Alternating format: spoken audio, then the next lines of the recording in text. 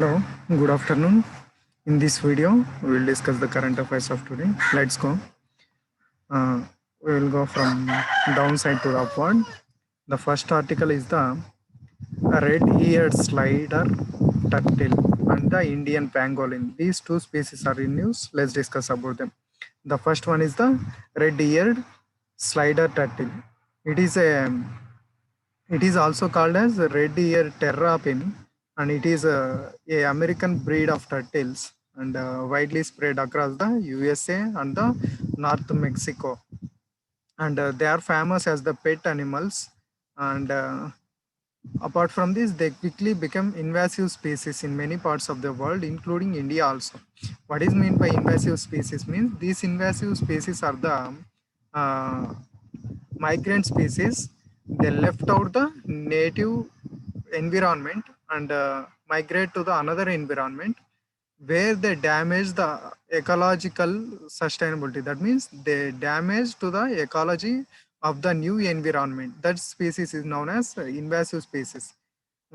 This include northeastern region where it is home to 21 to 29 vulnerable native Indian species of the freshwater turtles and tortoise as being vulnerable by this invasive red-eared slider turtle. This is all about the red-eared slider turtle. And coming to the Indian pangolin, this is continuously in news recent times. It is also called as Manis crassicudata. It is a native Indian species of the pangolin, one of the native Indian species of pangolin. It is in the position of the endangered status under the IUCN Red List, and it is a large anteater. Anteater means it generally eat the insects. A mammal which generally eat the insects. These mammals doesn't have any tooth. Such type of mammals is generally said to be the anteaters, and it is having a thick scaly skin. And overall, there are 8 species of the pangolin on the earth among the two continents. They are the Africa and the Asia. In Africa, there are 4 species of the pangolin, and in Asia, 4 species. And coming to the next article, that is the Swami Fund, SWAMIH. It is a fund of the Ministry of Finance, which provide this fund. It stands for Special Window for Affordable and Mid-Income Housing Fund. It has completed its first residential project recently. Coming to the scheme, it has been launched in November 2019. Center has announced its setting up of the SWAM Investment Fund to provide a relief to the developers for the unfinished projects and to ensure the delivery of the homes to the buyers. That's why it bridging the trust deficit between the home buyers and the developers by completing the construction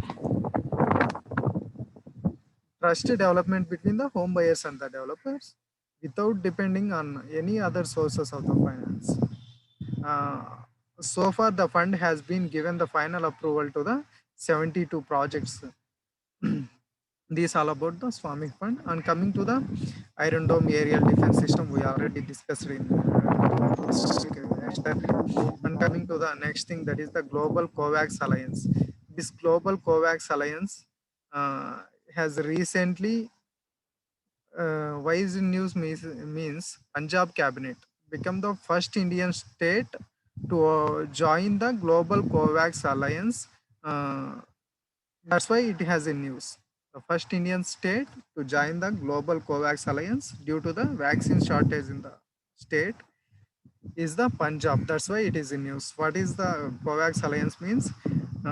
It stands for COVID-19 Vaccine Global Access. It is a worldwide initiative co-led by the CEPI, which is at Goa headquarters, and WHO. CEPI stands for Coalition for Epidemic Preparedness Innovation. Alongside its key delivery partner is the UNICEF.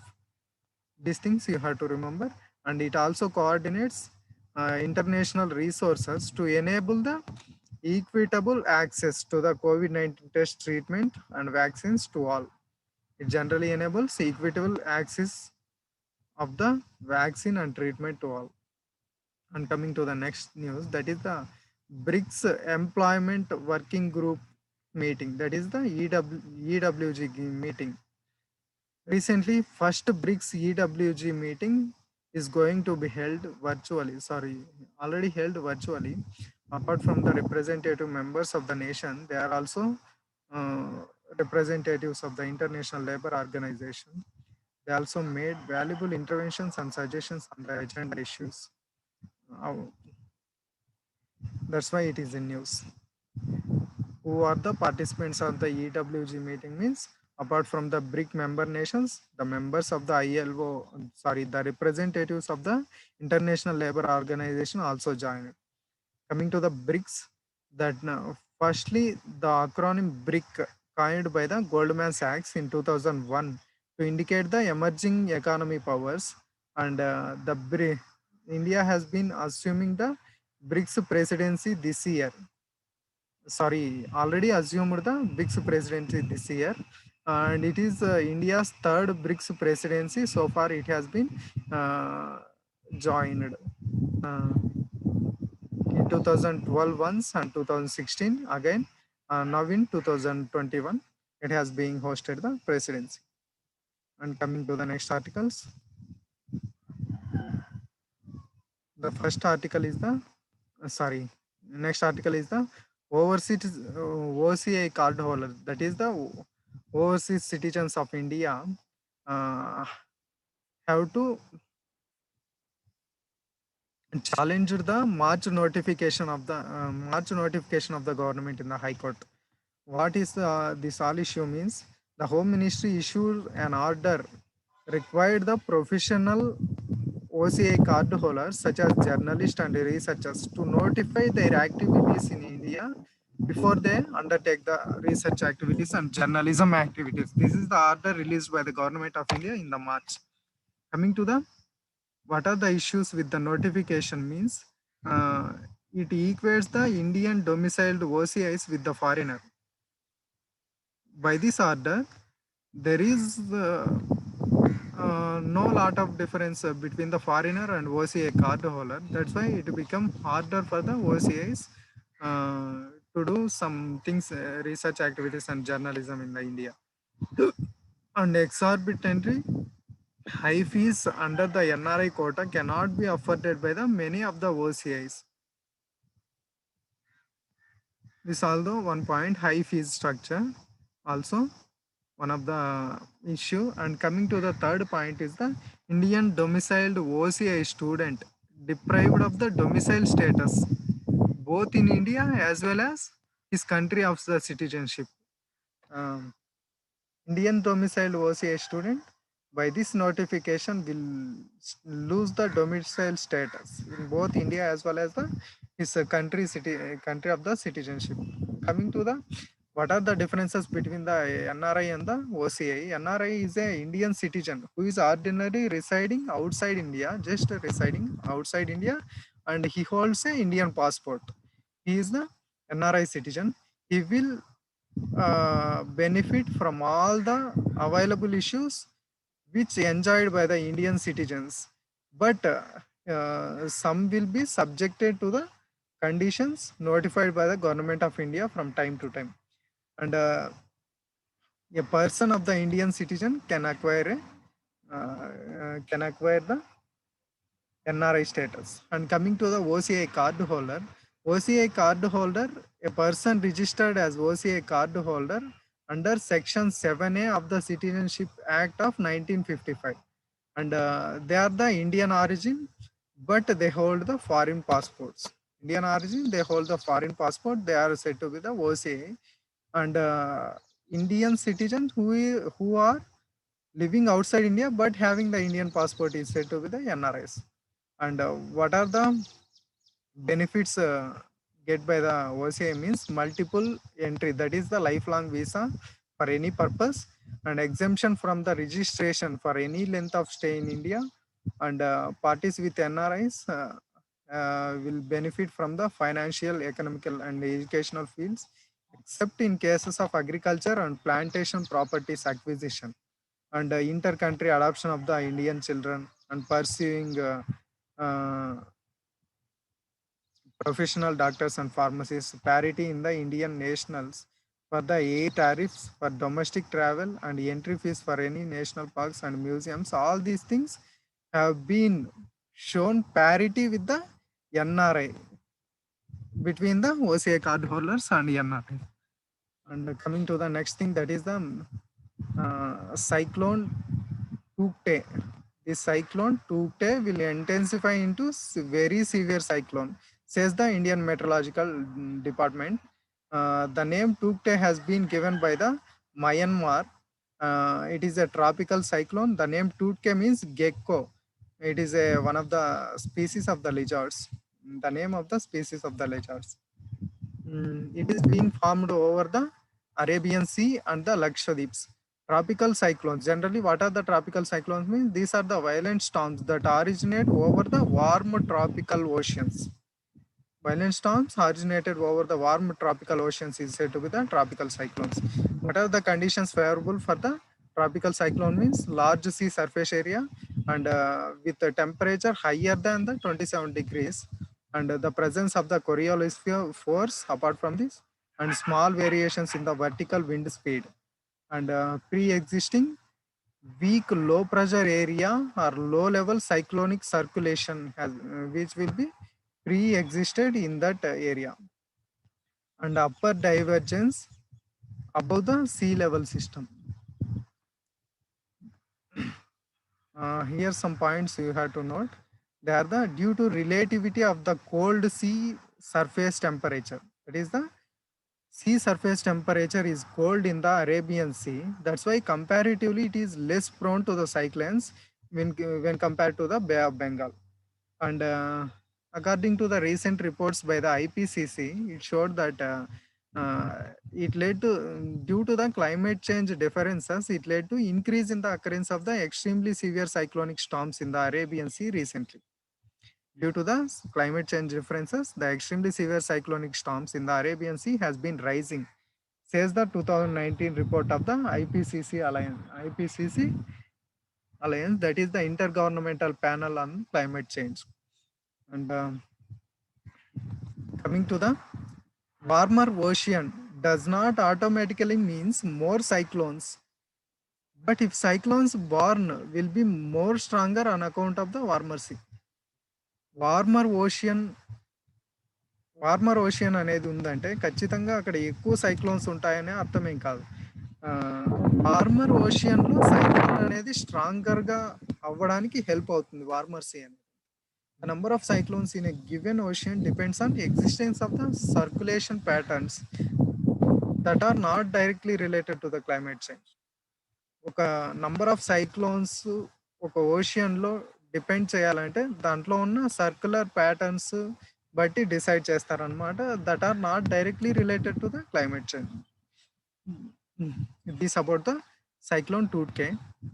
And coming into the next article,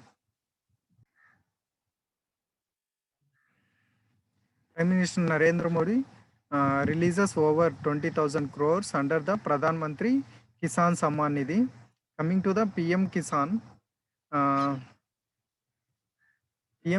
it has launched to secure lives of the small and marginal farmers generally at first by the Ministry of Agriculture and the Farmers Welfare. It is a 100% centrally funded scheme. That is the central sector scheme with a 6,000 rupees transferred in 3 equal installments, 2,000 rupees for every 4 months and to the eligible farmers in a year through the DBT mode. Definition of the family for the scheme is a husband, wife and the minor children. And it is extended to all eligible families irrespective of the size of the land holdings. Irrespective of the size of the land holdings, it has been extended to all eligible farmers. Initially, it has only launched for securing the lives of the small and marginal farmers. The identification of beneficiary farmer families rests with the state governments and the UT governments. And exclusion from the PM Kisan include institutional landholders and farmer families holding constitutional posts and serving as retired officers or employees under the state or central governments as well as PSUs or any government autonomous bodies, they are excluded.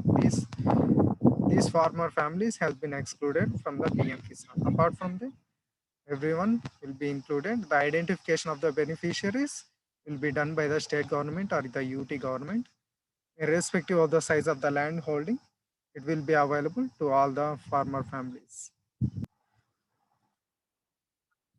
Next one is the NASA's OSIRIS-REx mission. This is a begins 2-year long journey to come back to the Earth from the Bennu asteroid. That's why it has been in news. Coming to the OSIRIS-REx, it stands for Origin, Spectral Interpretation, Resource Identification, Security, Regolith Explorer. That is the OSIRIS-REx. It is the NASA's first mission to visit the near-Earth asteroid. In October 2020, the spacecraft collected some samples of the dust and pebbles from the asteroid Bennu, from which it has been sent. Coming to the asteroids, asteroids are the rocky objects that orbit around the sun. They are the remnants from the formation of the solar system over 4.6 billion years ago. They are also called as the minor planet as they are much smaller than the planets. And significance of the mission, Bennu is a B-type asteroid. It contains significant amounts of the carbon and various minerals. Hence, it reflects 4% of the light that it hits. Earth reflects about 30% of the light.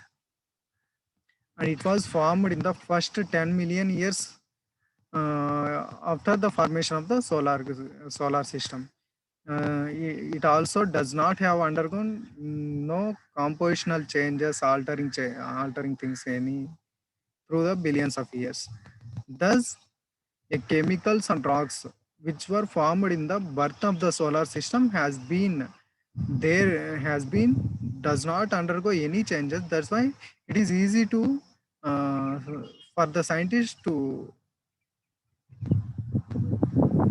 discover about the clues of the origins of the solar system by using the remnants of this asteroid. This all about the OSIRIS-REx mission.